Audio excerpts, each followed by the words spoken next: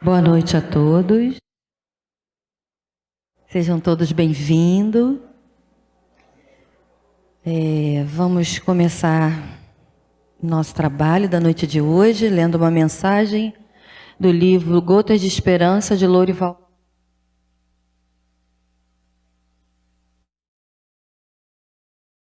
Cuide do coração. Ele é o seu ponto básico, o centro de suas inclinações para o bem ou para o mal.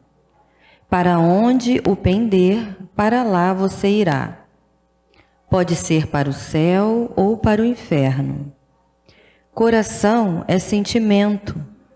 São ondas poderosas que se centram na mente, em regime de profunda consonância com os pensamentos. Não faça do seu coração um instrumento para prejudicar, ferir, amaldiçoar. Ele foi colocado no seu peito só para amar. Deus se alojou no seu coração para estar sempre com você. Que lindo isso, né? Mais um carinho para a gente na noite de hoje. Então, que nós possamos, né, olhar para o nosso coração com mais carinho, colocar Jesus dentro dele, fica bem mais fácil, né? Quando a gente coloca Jesus dentro do nosso coração, as situações vão ficando amenas, podemos dizer assim, e a gente fica mais fortalecido, né? Então vamos fechar os nossos olhos, mentalizar o nosso Mestre Jesus aqui conosco, nessa noite fria, mas aqui estamos aconchegados, né? Estamos aquecidos. E falar assim: Mestre Jesus, Deus, Pai querido, amigos espirituais dessa casa, que nos acolhe, que nos incentiva a continuar no bem, que possamos na noite de hoje nos empenhar a colocar o nosso coração aberto para tudo que aqui for falado, né? Que possamos também se sentir mais seguros a cada momento, a cada dia. Porque a mensagem diz que você está dentro do nosso coração. Então, quando a gente quiser falar contigo, é só nos fecharmos e nos conectar.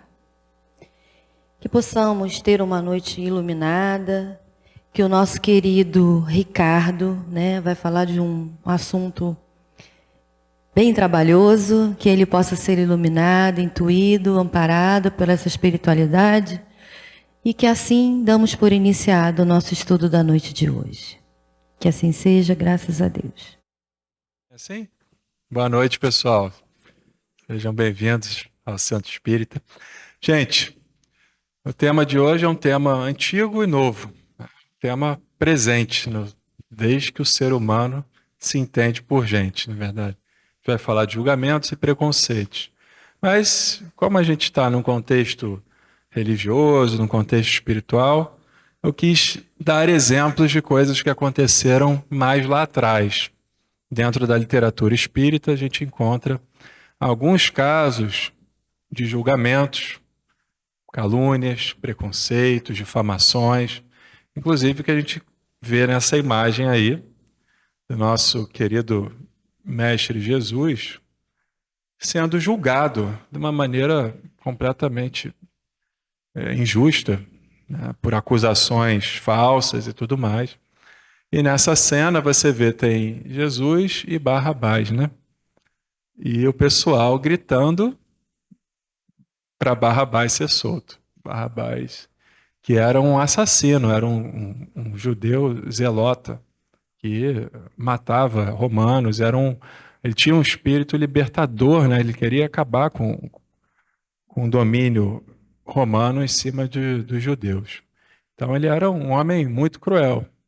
E Jesus, que não matava nem mosquito, né? Pelo contrário, falava só de amor, falava só de coisas boas, curava as pessoas, fazia o bem, tudo aquilo que a gente conhece. E curioso do nome Barrabás, né? Bar é sem, e Aba, Barrabá, né? Sem pai. O nome de Barrabás era o mesmo de Jesus, que era Yeshua. Os dois tinham o primeiro nome igual. Mas era um Yeshua Barrabá, Yeshua sem pai. E Jesus é quem? É o filho do Pai, filho de Deus, né? E ele se referia ao Pai como Abba, né? Então é engraçado, a ironia é essa, né? Você ter que escolher entre dois Yeshuas. Um é o sem pai, Barrabá, porque as pessoas colocavam Jesus, filho de José, não é assim? João e Tiago, filhos de Zebedeu. Então você caracterizava, não tinha um sobrenome, mas era filho de alguém. E Jesus era o filho de José. E o Barrabás é sem pai, né? Então, o povo escolheu alguém sem pai, ou seja, não tinha uma relação com o Senhor, alguém que vinha e ensinava, né? Isso fica simbolicamente para a gente pensar, né? E hoje, né? Quem que a gente escolheria, olhando para o mundo, né? Um mundo competitivo, um mundo em que as pessoas precisam sair vitoriosas das suas batalhas pessoais, seja no trabalho, seja no campo acadêmico. O melhor tem destaque, na verdade, o melhor ganha mais. A gente tem um mundo direcionado para isso, né? Ainda. E pouco ainda colaborativo, pouco ainda compartilhando o amor e entendendo a dificuldade do outro. E Jesus orientou a gente aqui, olha, não julguem para vocês não serem julgados. Pois, com o mesmo critério com que vocês julgarem, vocês serão julgados. E com a mesma medida com que vocês tiverem medido, vocês serão medidos. Isso é muito importante para a gente, porque nós somos espíritas, somos reencarnacionistas, e a gente entende um pouco, dentro do movimento espírita, de algumas leis, dentre elas tem uma que é clássica, né, que é a lei de causa e efeito. Da mesma maneira que eu ajo, eu estou abrindo um campo, estou gerando uma informação em mim, no meu perispírito, e provavelmente, se eu continuar do mesmo modus operandi, vai gerar em mim um efeito, seja ele bom ou ruim, de acordo com as ações que eu estou produzindo, né? É a lei de causa e efeito. Se eu estou gerando mal, fazendo mal, mentindo, omitindo, roubando, subtraindo, né, flagelando alguém, isso volta contra mim. Se eu não mudar meu padrão, não mudar a minha mente, não me declinar para o amor, não fazer uma reforma íntima, não me, né, permanecer assim, duro, né, as coisas voltam muito semelhantes, né, muito semelhantes, como uma forma de aprendizado. Uma forma de você, beleza, agora eu vou fazer diferente. E o julgamento funciona mais ou menos assim, é o que Jesus está querendo dizer aqui. Se você está julgando o outro, quem é, com que autoridade, né, que a gente julga, né? Deus é aquele que realmente sabe o que se passa na nossa vida. Porque a gente, por mais que tente falar sobre alguém, categorizar ou classificar alguém, a gente nunca sabe a história inteira daquela pessoa. A gente conhece o quê? Uma fração, parcialmente alguém. A gente nunca pode falar que a gente realmente conhece uma pessoa 100%, porque tem as outras existências. Por que está acontecendo dessa forma? Então, a gente nunca, sempre que a gente julgar alguém, a gente está julgando dentro de um contexto único, de uma única existência, de uma única encarnação. Isso nunca é justo. Senão, a gente vai olhar para o mundo e não vai entender como as coisas estão acontecendo. A gente vai ver sempre uma grande injustiça, se a gente observar apenas uma única existência das pessoas. Poxa, 2 crianças jovens, uma adoece e desencarna, e a outra permanece. Nascidas no mesmo contexto, irmãos gêmeos, vamos pensar assim. Como que a gente justifica isso, né? Mesma família, mesmo alimento, tudo certinho e tal, mas uma não tinha condições de ficar muito tempo na Terra, e a outra tinha. Não há outra justificativa senão pela pelas reencarnações, a história, né, daquela alma. A gente não tem acesso a isso de uma maneira ampla. Então a gente tem que ficar de bico calado. A gente não aponta o dedo para ninguém. A gente não condena ninguém. A gente não mede ninguém. Ou seja, isso é um ensinamento. Isso vai trabalhar o que na gente? A pureza. É aí que a gente vai chegar. Bem-aventurados os que têm puro coração. É uma virtude que a gente precisa desenvolver em nós. Se a gente consegue olhar sem julgar, é como uma criança, né? Jesus constrói uma outra passagem dessas, que o reino dos céus é para aqueles que têm a pureza como uma criança. A criança não tem um olhar julgador, preconceituoso, discriminatório. Isso tudo é o quê? É ensinado para elas, os olhos dos pais. Fala, ó, não faz assim, não vai ali, não fala com aquela pessoa, evita não sei o quê, cuidado, presta atenção. Isso tudo vai orientando ela a quê? A uma visão de mundo não ingênua, mas às vezes também vai perdendo a pureza, né? Vai perdendo o amor, o carinho pelo outro, a atenção que poderia dar pelo outro, começa a crescer o quê? O medo, a insegurança, né? Várias outras coisas. Vamos ver o que tem aqui. Vocês entendem, gente? A gente está no século XXI. Jesus está falando isso aqui no primeiro século. Ele entende como é que funciona o ser humano? O que a gente vai ver naquela época? Jesus estava curando um monte de gente. Vamos olhar lá o Evangelho de João, né? Do capítulo 5 a 11 do Evangelho de João, Jesus está assim, apareceu doente, ele cura. Morreu, ele ressuscita. Está sujo, com feridas, ele cura. Está endemoniado, ele limpa, ele tira o demônio. Ele está realizando N milagres, né? Prodígios, sinais de que ele é o Messias. E chega lá no final, tá normal? É aqui, né? Tá. Beleza, foi. Chega lá no final das contas, fala, não, esse homem tem que morrer. Por quê? Mas quem decide isso? A gente vai ver, né? Aqui a gente tem Anás e Caifás. São duas pessoas do campo farisaico a altíssimo nível, sumos sacerdotes e tal. E aqui eu trouxe um texto base que vai acompanhar a gente no estudo hoje, que é esse livro, Momentos de Sublimação, da Joana de Ângeles. Na verdade, é Joana de Ângeles e Viana de Carvalho, né? São dois espíritos que o Divaldo psicografa, e eles vão alternando. Esse capítulo sobre calúnias é a da Joana de Ângeles. Um livro muito bom e atual, né? Recente, 2018, se não me engano. Aí ela fala assim, a calúnia é a arma de espíritos mesquinhos. Qual é a arma dos espíritos mesquinhos? Eles não têm o evangelho, senão eles não seriam mesquinhos, eles não têm acesso a isso aqui que a gente tem, né? Ou se tem, eles ainda não acordaram para essa realidade. Então, como é que eles se sobressaem? Através de uma das armas é essa, caluniando. O que é isso? Eu olho para uma pessoa que não me interessa, que me atrapalha, em que eu tenho inveja, ciúme, sei lá, que está indo mais além do que eu, por uma série de motivos, eu preciso eliminar ela da minha frente, tem que tirar ela da minha frente. Como é que eu faço isso? Eu vou criar histórias, episódios, narrativas, fatos, né, que não existiram, ações, coisas ali para que aquela pessoa seja destruída, a imagem dela seja destruída.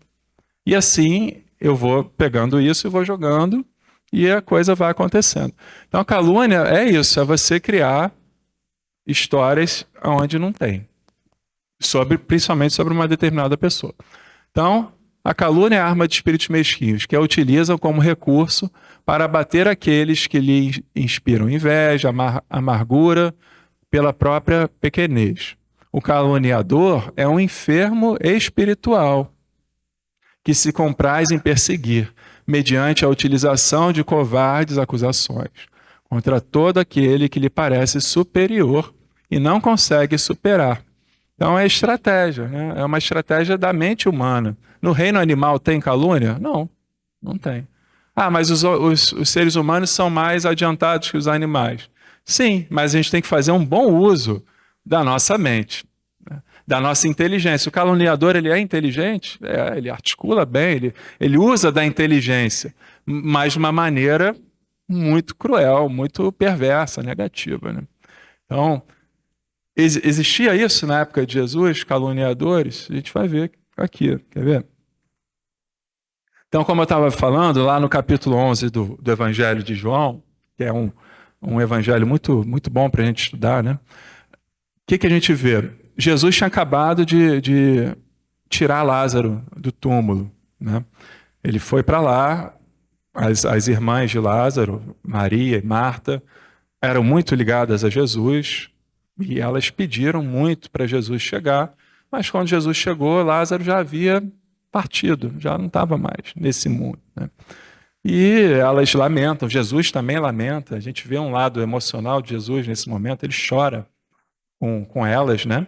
Mas mesmo assim ele pede, por favor, abra o túmulo. Aí fala, ó, Jesus, já tem 4 dias que ele está lá dentro. Ou seja, ele está produzindo odor, ele fede. Há 4 dias de cadáver. Jesus fala, né? E ele se diz como sendo própria ressurreição e pede para que Lázaro saia para fora.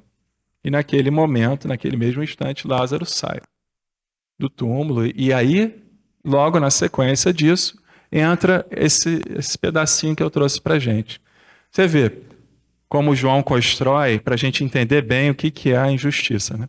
Muitos, pois, dentre os judeus que tinham vindo visitar Maria, vendo o que fizera Jesus, creram nele. Então, muitos começaram a acreditar em Jesus a partir do que viram de Lázaro, que estava morto, ressuscitou. Outros, ou seja, em menor número, porém, foram ter com os fariseus. Ó, vamos falar com os fariseus. Que é isso? Que é esse cara que está... Vamos dar uma caguetada. Vamos falar com os fariseus. E lhe contaram dos feitos que Jesus realizaram. Então, os principais sacerdotes, então, menor número ainda, né? A gente tem muitos. Outros, agora os principais sacerdotes convocaram o sinédrio lá, se reuniram numa sala menor do que essa, provavelmente, numa sala pequena, um grupo fechado, e disseram: que estamos fazendo, uma vez que este homem opera muitos sinais? Se o deixarmos assim, todos crerão nele. Depois virão os romanos e tomarão não só o nosso lugar, mas a própria nação. Qual era o interesse que estava por trás disso? Tinha um grande acordão entre o sinédrio e os romanos. Olha só, vocês podem realizar a prática espiritual de vocês, o templo, os sacrifícios, as datas festivas, tudo vai funcionar aqui, esse é o Império Romano. Mas você vai recolher suas moedas para Roma. Esse é o nosso acordo. Vocês vão ter que se organizar. Toda essa galera dos judeus vão vir aqui, mas tem o nosso dízimo romano. Dai a César o que é de César, não é verdade? Então, funcionava. O pessoal lá da cúpula também, obviamente, nisso rolava prata para eles. Os sumos sacerdotes eram riquíssimos naquela época. Os romanos estavam fazendo uma vista grossa. Está tudo em paz, a sociedade está tranquila. Até que veio Jesus. Jesus veio fazendo o quê?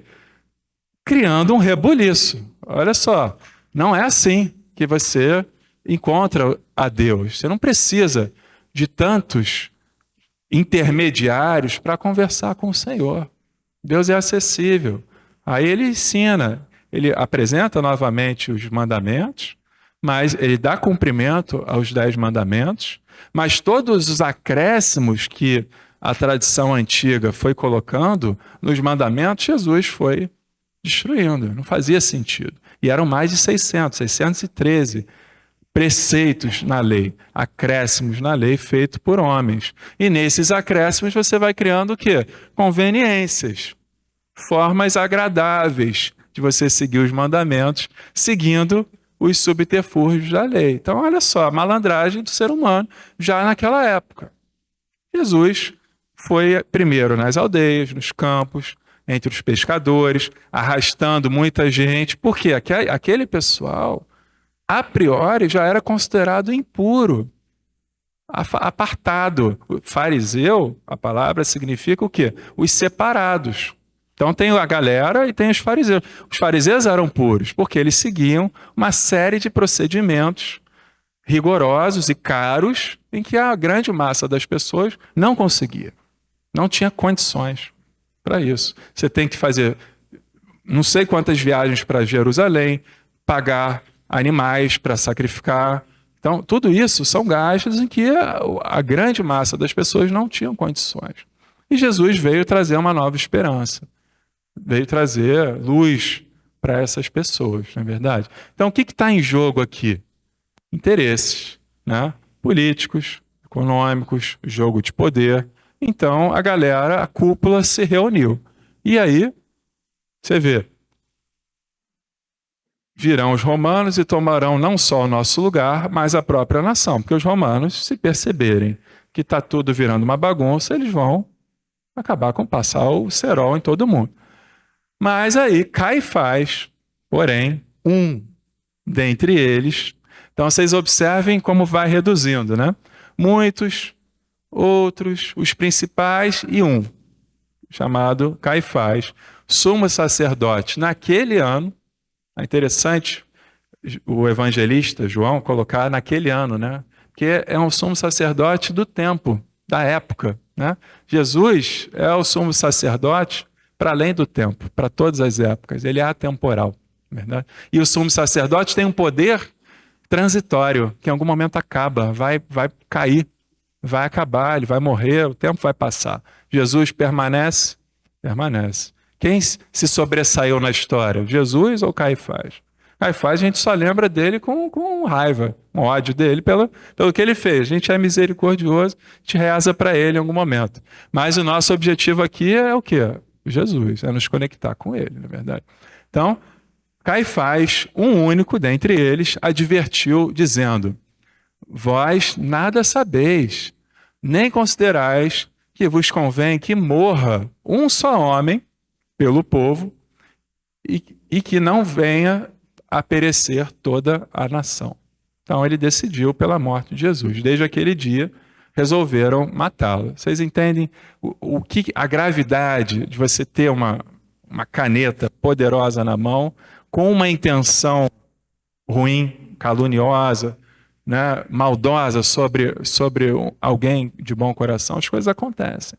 E a partir daí, Jesus sabia que essas coisas iam acontecer? Sabia. Estava nas escrituras já, né? Mas ai daquele em que promova o escândalo, não é verdade? O escândalo é necessário, às vezes, que aconteça. Mas ai daquele que assim o proceder, né? E aí vai continuar. Joana de Anjos, voltando para o texto aqui.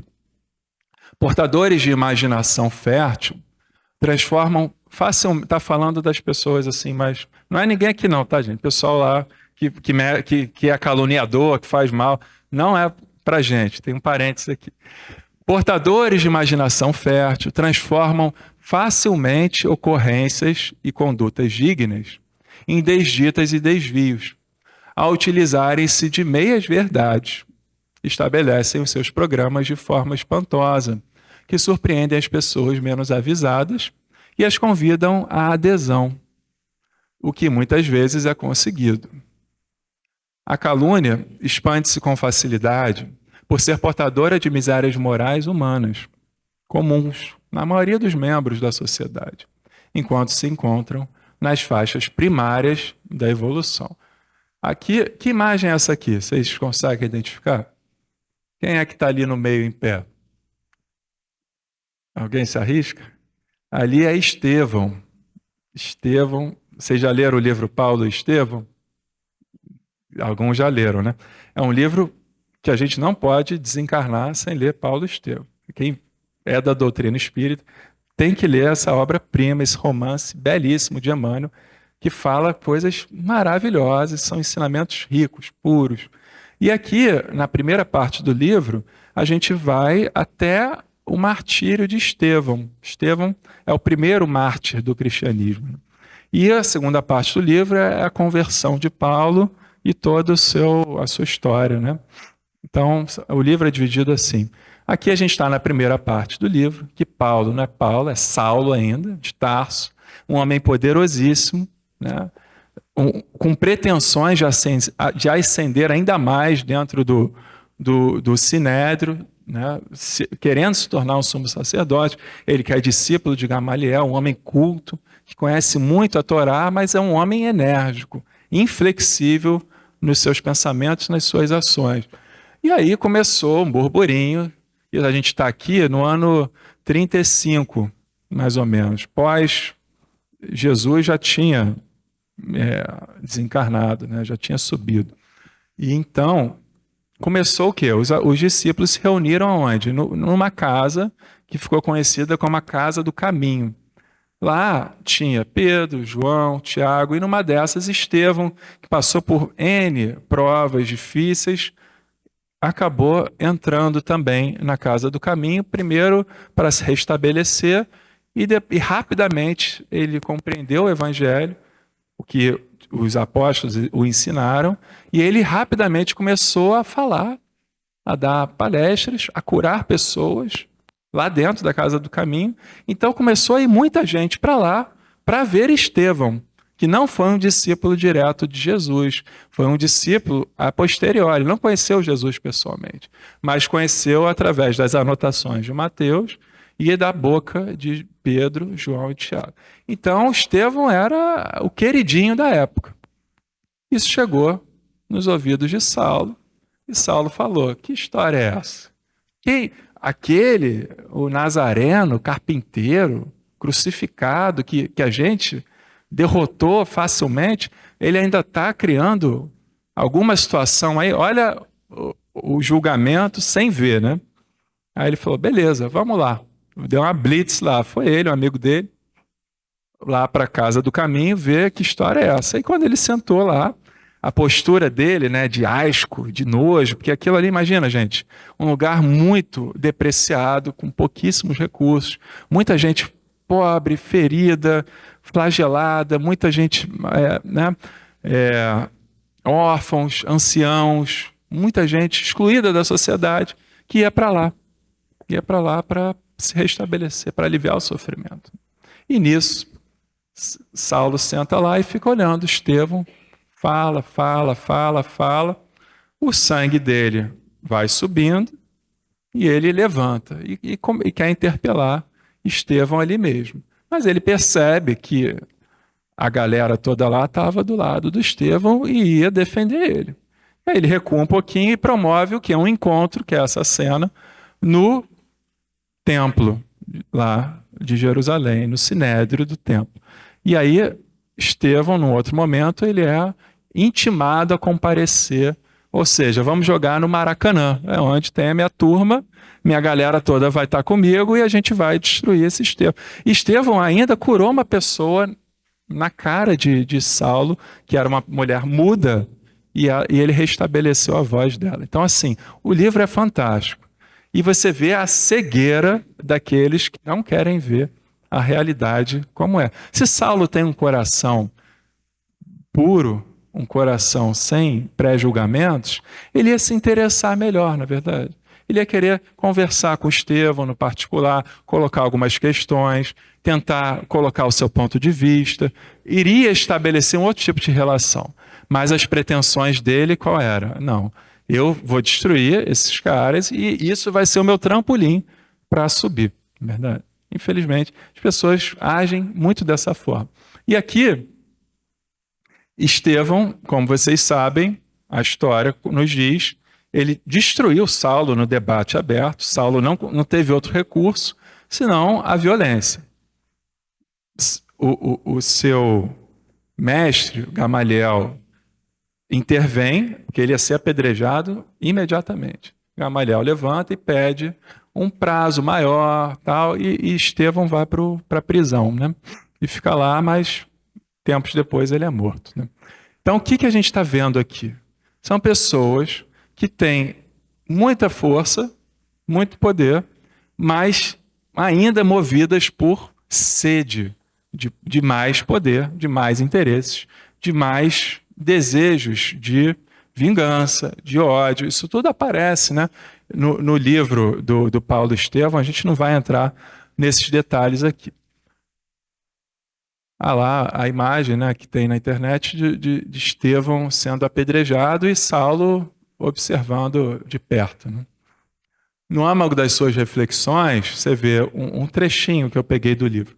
No âmago das suas reflexões, Saulo odiava agora aquele Cristo crucificado, porque ele detestava Estevão. Olha a associação que ele faz. Eu vou detestar Jesus, o Cristo, porque eu detesto Estevão. É assim que a gente age no mundo? Não, a gente tem que fazer o quê? Conhecer, dar a oportunidade de ouvir o outro, de se relacionar, de entender as nossas diferenças e a partir daí nos compreendermos. Nós somos seres humanos. As diferenças podem existir, culturais, econômicas, religiosas, mas se a gente não tem um diálogo, não estabelece um diálogo com as pessoas, as coisas acabam desse jeito, né? Então, assim, odiava agora aquele Cristo crucificado porque detestava Estevão, considerado então como perigoso inimigo. O que Estevão fazia de errado? Nada. Um homem puro, um homem iluminado, realizado, compreendeu Jesus imediatamente, estava ali, pelo contrário, produzindo boas obras. Mas para Saulo não. Não poderia tolerar qualquer expressão daquela doutrina, aparentemente simples, mas que vinha abalar o fundamento dos princípios estabelecidos. Estabelecidos por quem? Pela turma dele, né? Perseguiria inflexivelmente o caminho, na pessoa de quantos lhe estivessem associados. Olha só, né? Estava convencido de que a maioria farisaica, em função política, ficaria a seu lado, animando-o na empresa começada. O evangelho, a seus olhos, dissimulava sedição iminente. Olha só, quando que Saulo parou para ler os evangelhos? Naquela ocasião? Não, jamais. Ele ouviu uma exposição do Estevão, ele presenciou uma cura espontânea acontecendo, né? E isso veio através do Cristo em Estevão, um milagre na frente dele, mas ele não se interessa. Qual é o interesse dele? De ascensionar politicamente, de ficar bem, ganhar mais poder, mais notoriedade. A ambição do cara é essa. E ele vai passar o cerol em todo mundo que estiver na frente dele, não é verdade? Pessoas inocentes vão morrer a partir daqui. Depois de Estevão, várias pessoas que estavam ali sendo curadas, né? Tudo é o quê? Uma pessoa que consegue as coisas que ela quer, mesmo faltando com a verdade, ou com, né, adulterando algumas situações. Observem só. Apresentaria ele, Saulo, os conceitos oratórios de Estevão como senha da bandeira revolucionária. Ou seja, ele ia pegar frases de Estevão, recortes, picotes do que Estevão falava, e iria inverter isso, como se ele estivesse ameaçando o judaísmo, né? Colocando Jesus como acima, ou amor, não sei o quê. Ele iria reduzir Moisés, ia colocar Jesus acima e acusando Jesus de ser o revolucionário, né? Olha o perigo disso. De maneira a despertar a repulsa dos companheiros. Ou seja, ele tem que aumentar a sua ideia para outras mentes parecidas com a dele. Outras pessoas têm que pensar desse jeito. Menos vigilantes, habituados a pactuar com o mal, a pretexto de acomodatícia, tolerância. Combinaria os textos da lei de Moisés e dos escritos sagrados para justificar que se deveria conduzir os desertores dos princípios da raça até a morte. Olha que coisa grave. Pensem só. Você pegar as leis, os profetas, o decálogo, né, os textos que eles tinham do judaísmo e fazer costuras para justificar o assassínio, justificar a morte daqueles que estavam chegando, os do caminho, os cristãos primitivos. Olha só, essa era a ideia dele. Como aconteceu com o próprio Jesus. Quando Jesus fica no deserto, 40 dias e 40 noites, que aparece o tentador, né, digamos assim, o diabo, para Jesus, ele usa as escrituras para tentar Jesus. Ele pega exatamente isso. E Jesus consegue reverter com a sua maestria. Mas olha a gravidade. Você pegar um texto sagrado, um evangelho, coisa assim, e mexer, fazer uma salada de fruta com aquilo para conseguir o que você quer. Né? Então, essa era a ideia de Saulo. Demonstraria a irrepreensibilidade da sua conduta inflexível. Tudo ele faria para conduzir Simão Pedro ao calabouço. Simão Pedro. Porque, na sua opinião, mais uma vez, um julgamento de valor, sem conhecer. Na sua opinião, deveria ser ele, o autor intelectual da trama sutil que se vinha formando em torno da memória de um simples carpinteiro. Ele já conseguiu destruir Saulo, quer dizer, Estevão, ele tirou da frente, agora quem é que está por trás de Estevão? Deve ser o Pedro. Vamos lá acabar com ele. E assim vai, um atrás do outro, começando uma perseguição. Mas o que está preparado para ele? Observe a imagem aqui. O que vai acontecer? Né? Jesus intervém. Aparece para Saulo. Ele cai do cavalo às portas de Damasco. Ele ia para Damasco também para fazer uma limpa, né? Dizimar o povo cristão de lá. E ele cai do cavalo. Isso acontece com todos os caluniadores que vocês possam imaginar no mundo. Mais cedo ou mais tarde, eles se declinam.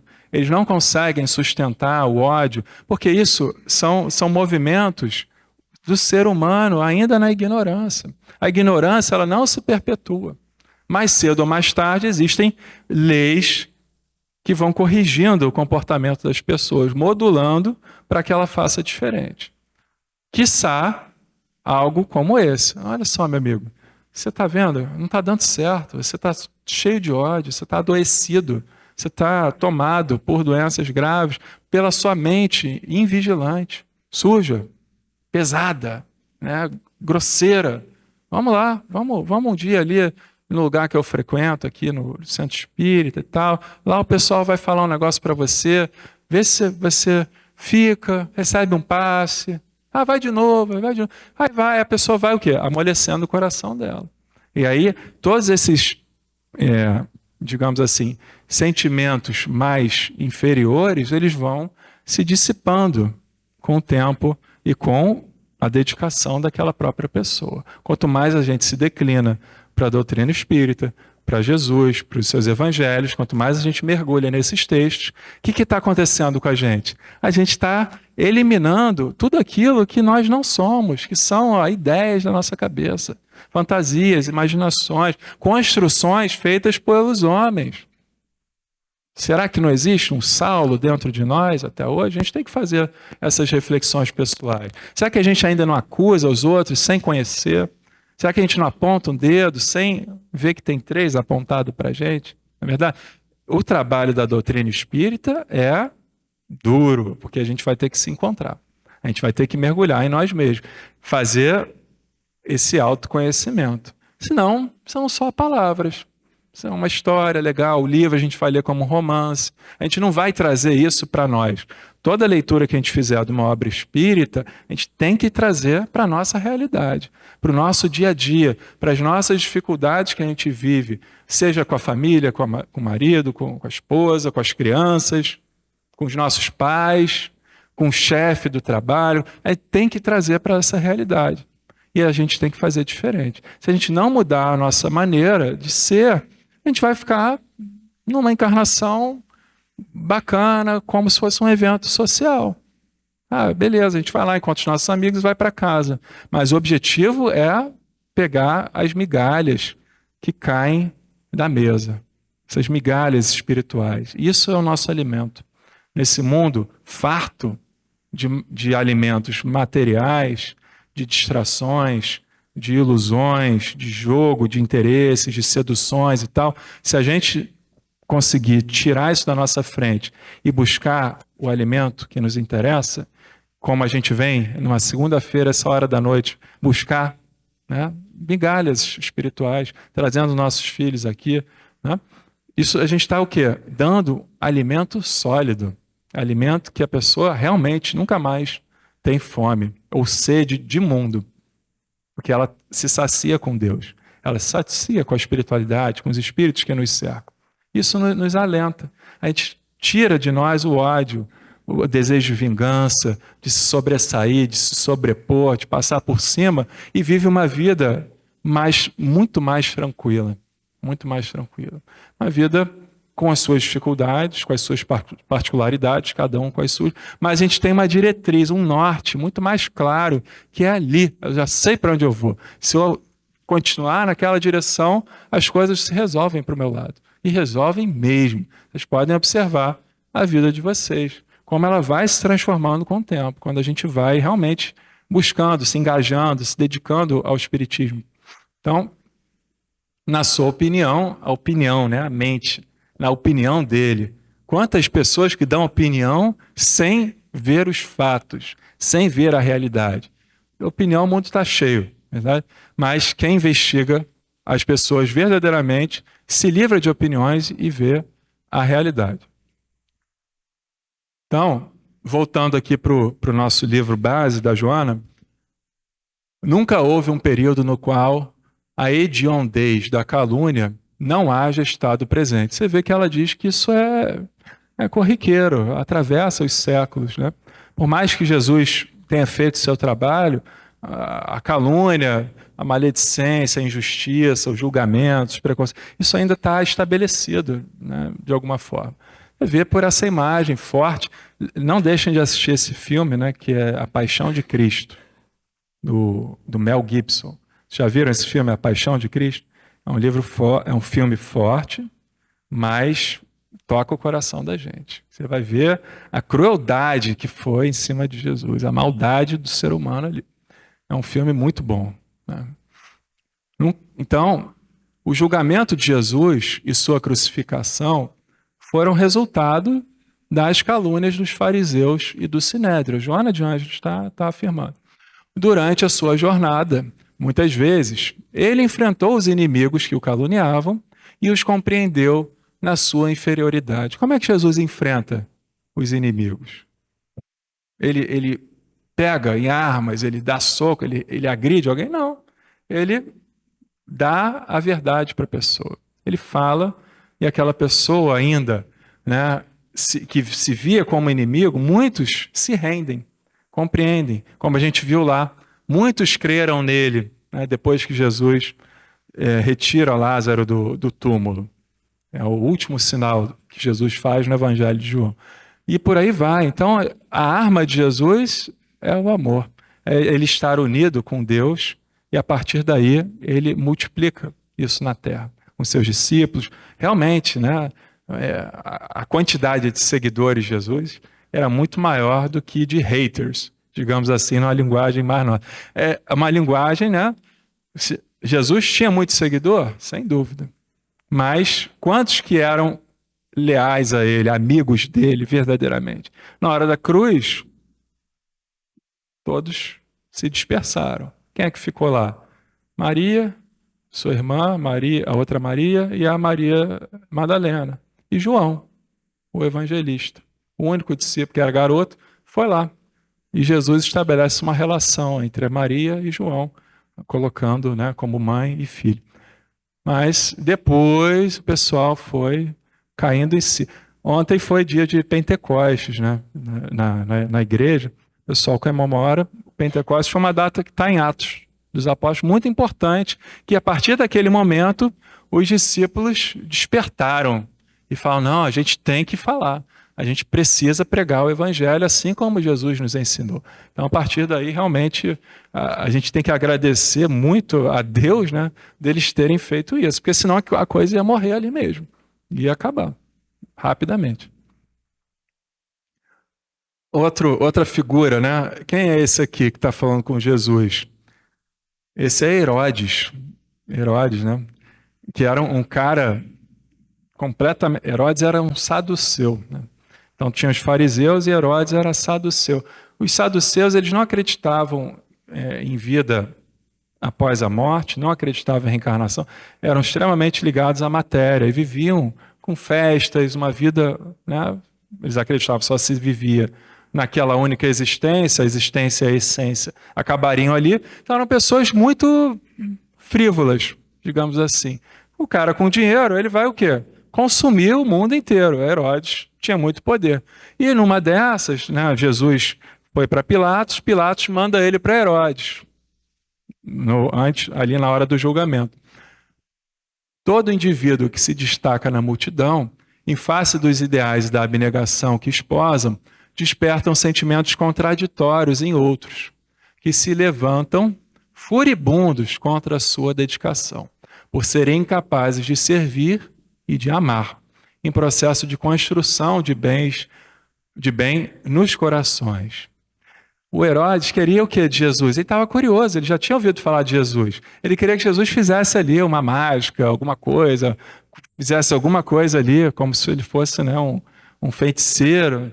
E Jesus fica calado diante de Herodes, do início ao fim, e Herodes agitado, rindo, caçoando e tal, a ponto de depois colocar nele uma roupa resplandecente, coroa de espinhos e um cedro de cana, né, de bambu, fingindo, né, sacaneando ele como se fosse o rei dos judeus, né, e devolve ele para Pilatos.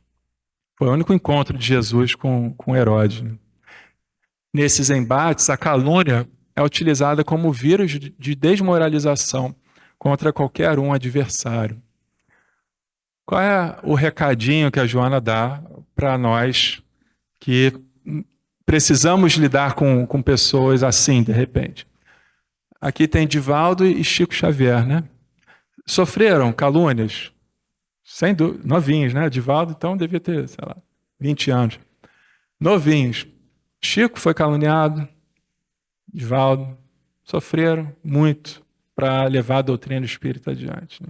Muita dificuldade. Não aceites a calúnia apresentada por ninguém. Ignora, mantendo-te irretocável mediante os teus atos.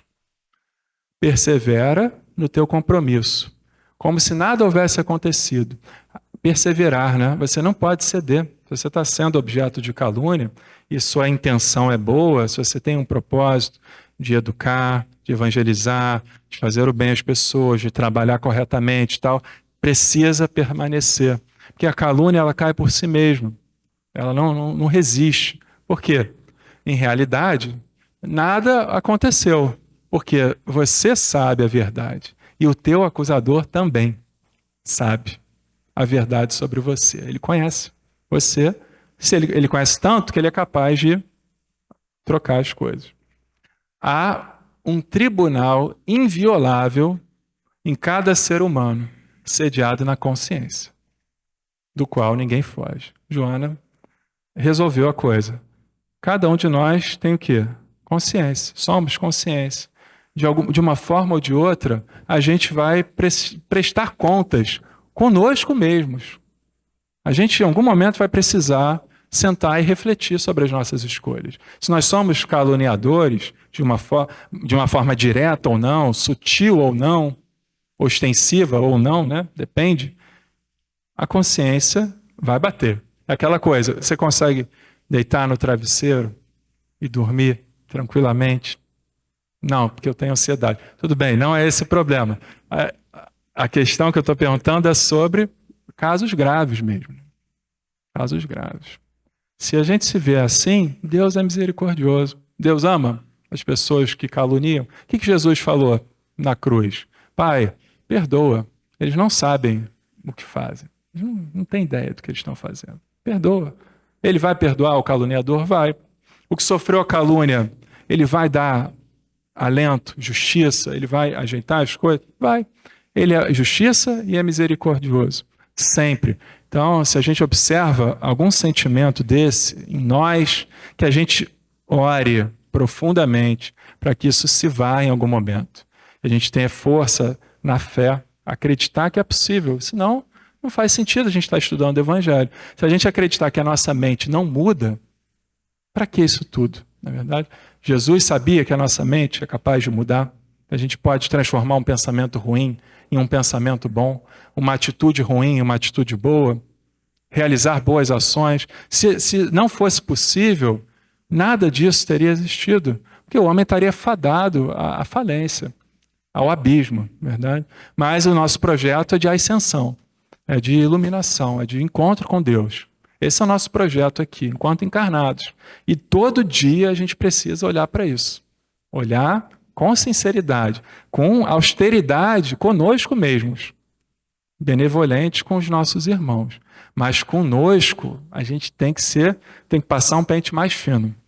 Senão a gente vai continuar movido pelos nossos 5 sentidos, pelos nossos instintos, pelas nossas paixões, pelas nossas emoções básicas, pelos nossos desejos de vingança, né? de poder, de prazer. A gente precisa se elevar. Quem nos ajuda nisso é o Senhor, com seus ensinamentos. A gente tem acesso. A gente não pode dizer que nos faltou orientação. Esse argumento não é válido. Todos nós, de uma forma ou de outra, a gente tem acesso às Escrituras, aos versículos, à Bíblia, ao Evangelho segundo o Espiritismo, ao Livro dos Espíritos. A gente tem muita coisa, muito material fértil para a gente realmente falar, cara, sou eu que não estou querendo.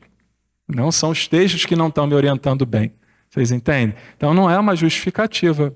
Né? O que Joana está dizendo, que Divaldo, Chico e tantos outros que se destacaram, não só no Espiritismo, mas lá atrás também, nos primeiros séculos da Igreja, pessoas que conseguiram se sobressair, vencer as dificuldades, eles perseveraram.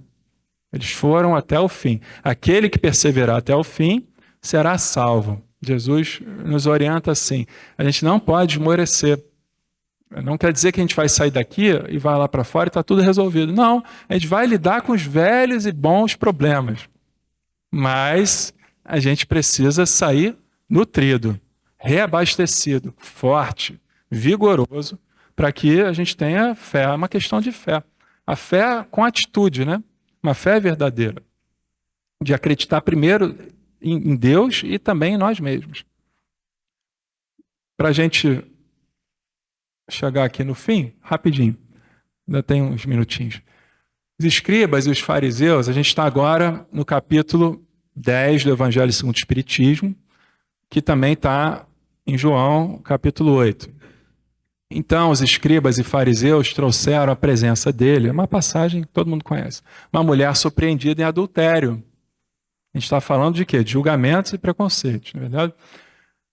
E, fazendo-a ficar em pé no meio de todos, disseram a Jesus, Mestre, esta mulher foi surpreendida em flagrante adultério. Na lei, Moisés nos ordenou que tais mulheres sejam apedrejadas. E o Senhor, o que tem a dizer? Eles falavam isso tentando Jesus, para terem do que o acusar. Por quê? Se Jesus fala, não, bota lenha nela, taca a pedra nela, vão falar, não, Jesus é um cara violento, um homem agressivo, tudo que ele está falando é mentira, porque ele está corroborando com a morte de alguém. E se Jesus fala, não faz nada, deixa ela embora, ele vai estar indo contra a lei. Né? Olha a armadilha que ele entrou ali. Né? Botaram ele ali. Mas alguém vai conseguir enrolar Jesus, dobrar ele? Não vai. Aí ele sai magistralmente disso. Né? Jesus, inclinando-se, escrevia na terra com o dedo. Segundo Amélia Rodrigues, numa outra fonte espírita, Jesus estava escrevendo os 7 pecados capitais, né? Que eram os pecados de cada um daqueles que estavam ali com as pedras na mão. Cada um, ó, vaidade, você orgulho, você cobiça, estava lá, segundo a tradição do Espiritismo. A gente não encontra isso nos Evangelhos. Quem de vocês estiver sem pecado, seja o primeiro a atirar uma pedra nela. E, inclinando-se novamente, continuou a escrever no chão. Mas eles, ouvindo essa resposta, foram saindo um por um. Pô, quem estiver sem pecado, peraí. Estou tomado de pecado, estou cheio de pecado. Não tem como eu atacar a pedra em ninguém. Jesus ainda está escrevendo ali o meu, no chão. Olha que coisa. Ouvindo essa resposta, saíram começando pelos mais velhos até os últimos. Mais velhos, normalmente, são os que viveram mais, né? Acertaram mais, mas também acabaram pecando mais, não é verdade? Acontece. Saindo dos mais velhos até os últimos, ficando só Jesus e a mulher em pé diante dele. Levantando-se, Jesus perguntou a ela: mulher, onde estão eles? Aqueles que te condenaram, que te acusavam, ninguém condenou você? E ela respondeu: não, Senhor, ninguém. Jesus disse: também eu não a condeno. Vá e não peques mais. Essa frase, também não a condeno, ela é aplicável para o caluniador, para o injusto, para o preconceituoso, também é. Mas tem uma recomendação ali: vai e não tornes a pecar. Abre teu olho, fica esperto. Não vai fazer de novo. Muda a sua mente, muda os seus padrões, muda os seus hábitos, muda a sua forma de lidar com o outro, muda os seus vícios, as suas más inclinações. Você tem que fazer uma transformação, senão você vai pecar novamente, você vai errar de novo. Pecado aqui é o erro, né? Você vai errar de novo. Então, mas ele não condena. Então, fica a dica aqui para gente. Para fechar, atire a primeira pedra, aquele que estiver isento de pecado, disse Jesus. Isso é Kardec escrevendo no Evangelho, segundo o Espiritismo. Essa sentença faz da indulgência um dever para nós outros, porque ninguém há que não necessite para si próprio de indulgência. Ela nos ensina que não devemos julgar com mais severidade os outros do que nós julgamos a nós mesmos, nem condenar em outrem aquilo de quem nos absolvemos. Antes de profligarmos, antes de falarmos mal ou acusarmos alguém uma falta, vejamos se a mesma censura não nos pode ser feita. Será que a gente pode falar do outro? Mas isso caberia a mim também. Então, peraí, eu tenho que segurar. Tem que segurar, não tem jeito. A gente não pode fazer a ninguém algo que eu não gostaria que fizesse para mim. Se eu estou agindo dessa forma, isso vai me gerar consequências muito, muito ruins. Eu não posso produzir uma coisa ruim para alguém que eu não gostaria que fosse feito para mim. Nem em pequena escala, nem em grande escala. Aos olhos de Deus, uma única autoridade legítima existe. É a que se apoia no exemplo que dá do bem. É o que igualmente ressalta das palavras de Jesus. E ele fecha assim: digo-vos, porém, a vós outros, que me ouvis, amai os vossos inimigos. Fazei o bem aos que vos odeiam. Bendizei aos que vos maldizem. E orai pelos que vos caluniam, ou que vos perseguem. Se a gente seguir isso aqui, a gente sai do efeito manada. A gente sai de fazer tudo que todo mundo faz. É realmente remar contra a maré. A lógica do ser humano não funciona desse jeito. A mente humana não produz isso por si mesma. Ela precisa de Jesus, precisa dos evangelhos para que essa inspiração dessas orientações aqui aconteçam em nós. O amor, o perdão, fazer o bem a quem te odeia, bem dizer a quem te maldiz e orar por aquele que te persegue, não é uma virtude estritamente humana, mas é Deus agindo em nós. A gente precisa dele, senão a gente vai acabar sucumbindo. Distribui alegria e bondade. Sorri e ajuda. Jesus conta contigo entre os espinhos das calúnias e pedradas da difamação. Jesus fala, né? A colheita é grande, os trabalhadores são poucos. A gente precisa aumentar o número de trabalhadores. Tem muito trabalho a ser feito. A gente está aqui hoje, vocês estão ouvindo, tem um falando, amanhã pode ser o contrário, né? Vocês virem aqui falar, ou que não seja aqui, que seja em casa, que seja com a família, que seja, né, com um amigo que está precisando ouvir umas coisas. A gente precisa usar da voz, não só dos ouvidos, mas começar a falar sobre essas coisas, para tocar o coração das pessoas. O Espiritismo é um trabalho de formiguinha, mesmo. A gente vai ali, vem aqui, parará, né? E alguma hora isso vai dar alguma coisa. A gente tem que acreditar, tem que persistir, né? Verdadeiramente. Então, gente, muita paz, uma ótima noite para vocês. Tudo de bom. Ah, gente, que paz, né? Como o nosso mestre amado com seus ensinamentos, nos trouxe a chance de termos um pouco de paz. Essa passagem, essa mensagem de Jesus alivia muito o nosso coração, né?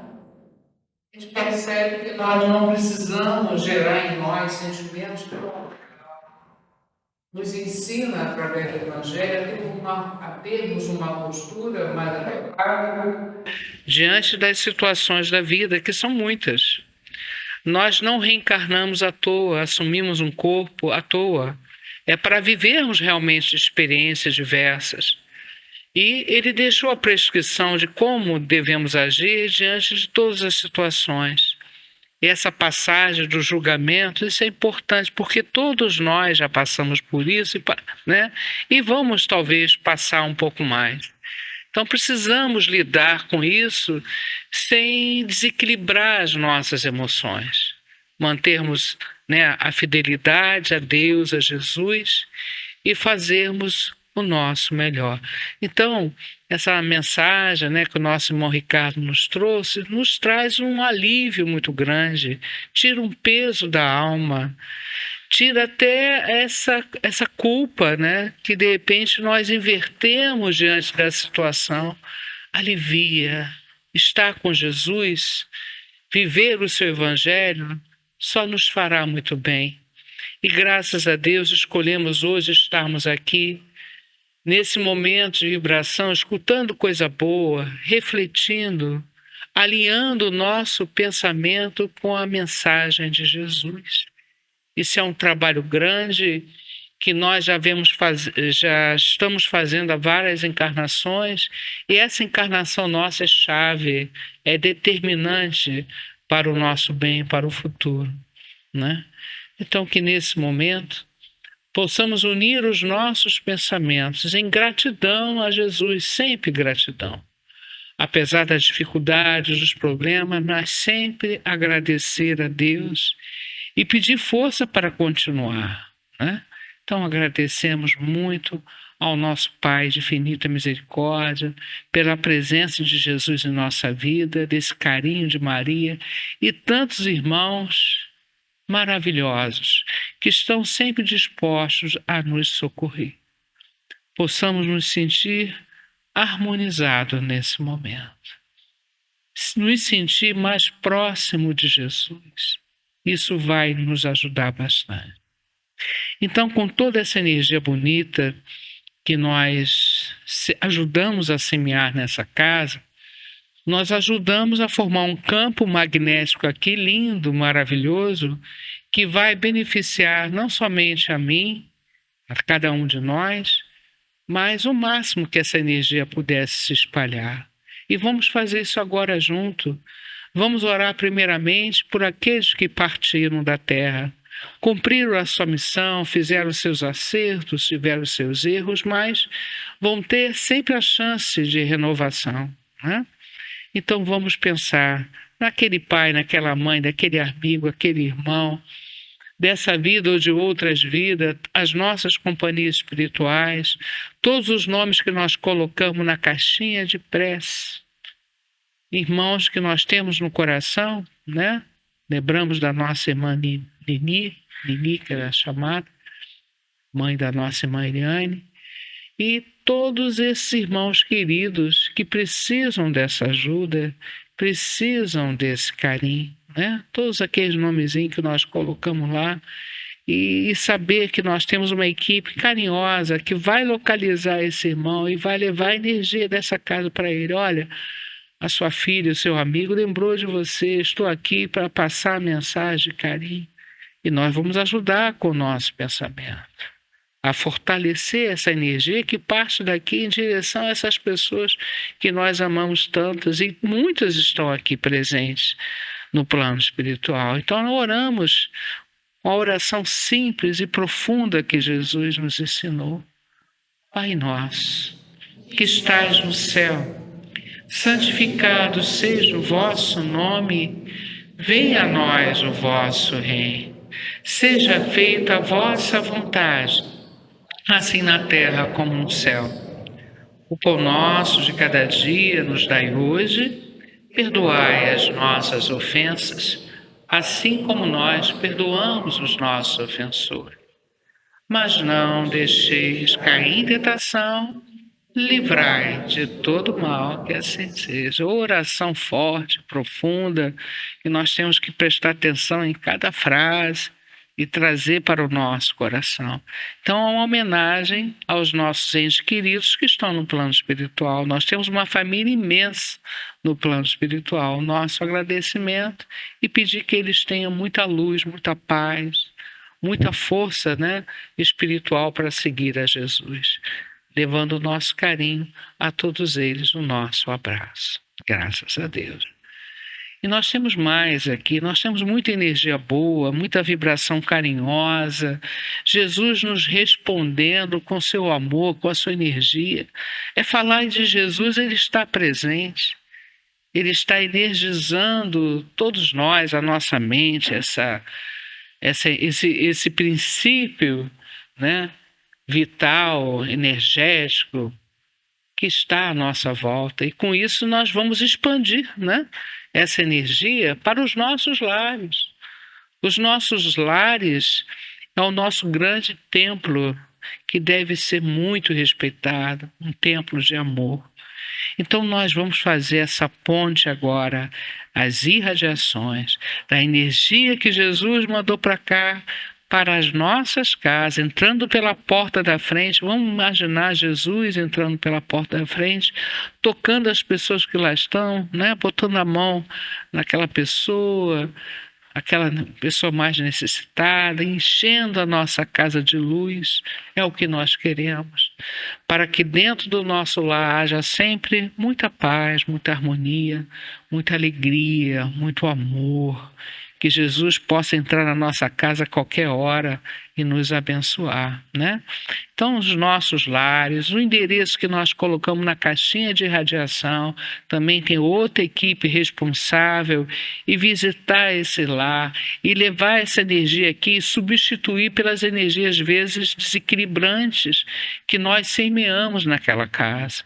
Então, vamos fazer essa transfusão de energia para esses lares, Porque nós queremos isso, e o pensamento tem força, e nós queremos que o nosso lar, que essas casas recebam a visita de Jesus, de Maria, energias superiores, harmonizando a todos, Nosso ambiente de trabalho, e aí a gente vai espalhando a nossa comunidade, o nosso Rio de Janeiro, que precisa tanto de carinho, o nosso Brasil, a nossa terra escola querida. Então, parte do Centro Espírita Deus Luz Verdade, essa energia para o universo, aonde ela puder alcançar. Energia que também tem a nossa assinatura, porque nós apoiamos essa energia amorosa.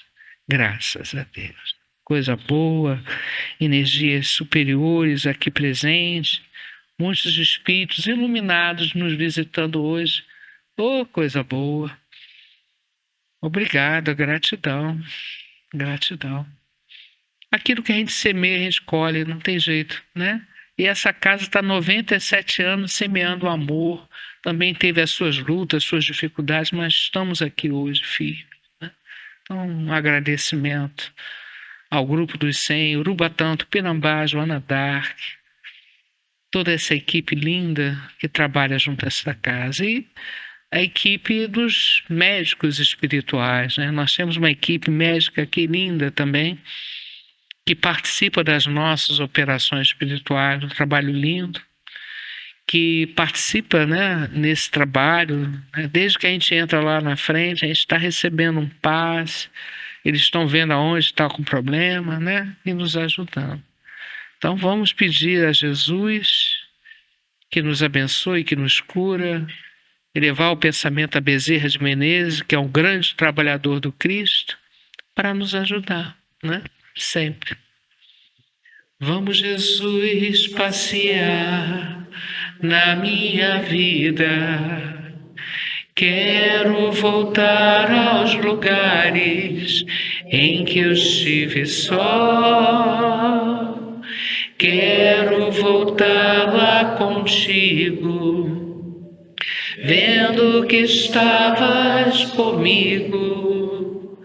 Quero sentir teu amor a me embalar. Cura, Senhor, onde dói. Cura, Senhor, bem aqui.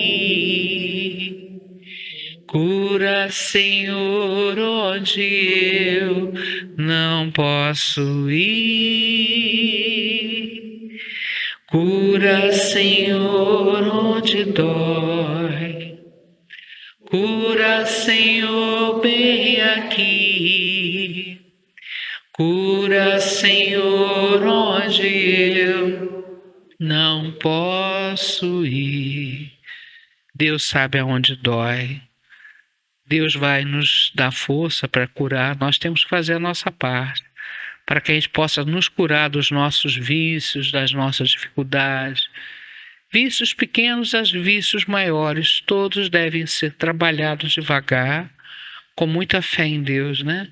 Todos aqueles nomes que nós colocamos na caixinha de visita médica, recebam a visita dessa equipe, o alívio de suas dores, que as nossas águas sejam fluidificadas, né? Que o nosso trabalho de operação espiritual, né, no próximo sábado, tenha assistência aí maravilhosa desses amigos espirituais e que cada um de nós que estejam com necessidade, especialmente a gente pede muito pela nossa saúde mental, né? Quando a mente está boa, o corpo automaticamente melhora. E nós vivemos num momento muito difícil, de muito julgamento, de muito apontar de dedos, como foi falado aqui pelo nosso irmão Ricardo. Isso machuca, isso desequilibra, e nós precisamos ser fortes, manter a nossa saúde mental alinhada com Jesus. É conquista, é vontade, é querer, né? Então que Jesus nos dê essa saúde mental para seguirmos na nossa caminhada de evolução. Graças a Deus. Bom, meus irmãos, vamos para a última parte, que é o momento do passe. Olha quanto carinho nós estamos recebendo. Vir à sessão na nossa casa é um presente que nós damos a nós mesmos, né? De receber esse abraço fraterno dos amigos encarnados e desencarnados. E tantas coisas que nós nem imaginamos que recebemos aqui.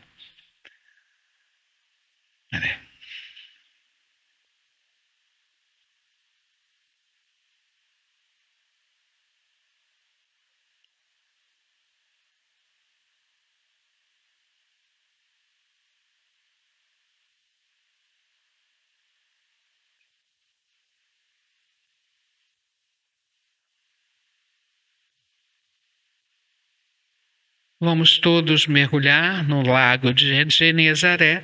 Estaremos vendo Jesus ao nosso lado, nos banhando nesse lago lindo e lavando a nossa alma, as nossas culpas, as nossas dificuldades, deixando para Deus tudo isso e nos renovando nesse momento.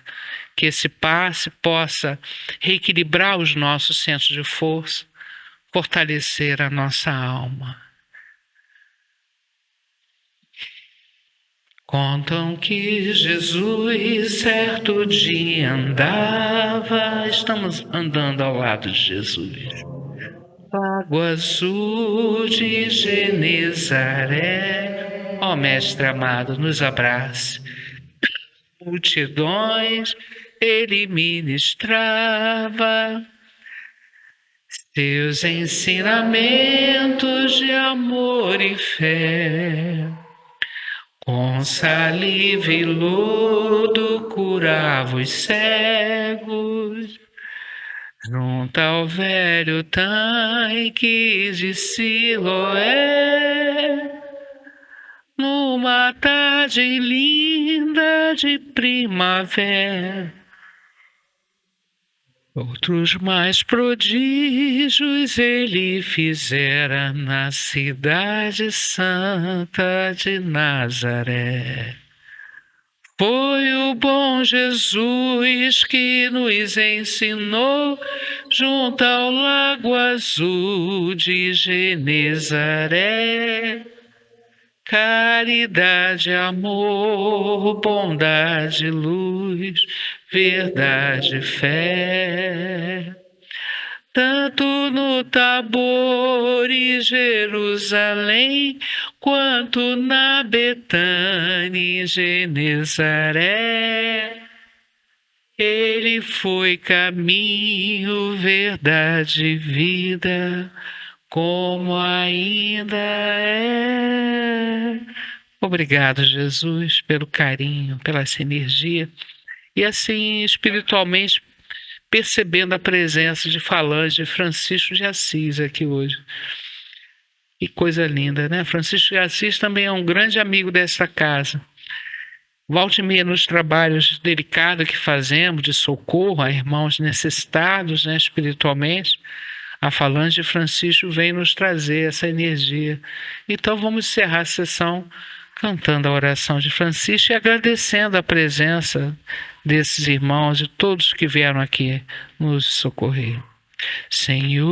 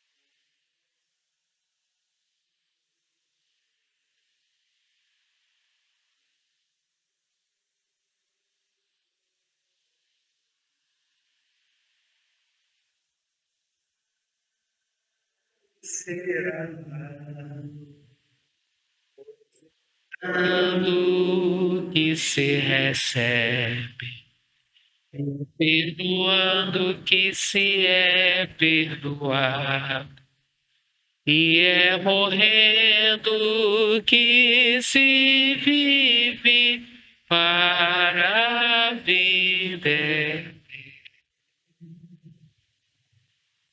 Obrigado, Francisco de Assis e sua equipe, pelo carinho. Dê uma força a cada um de nós aqui, que precisamos desse carinho para seguirmos em frente. Eu quero agradecer a presença de vocês, especialmente o Ricardo e sua esposa. Muita luz na caminhada, bom retorno para casa de todos vocês, né? Nosso muito obrigado, porque vocês ajudaram a construir essa sessão, né? Isso é muito importante.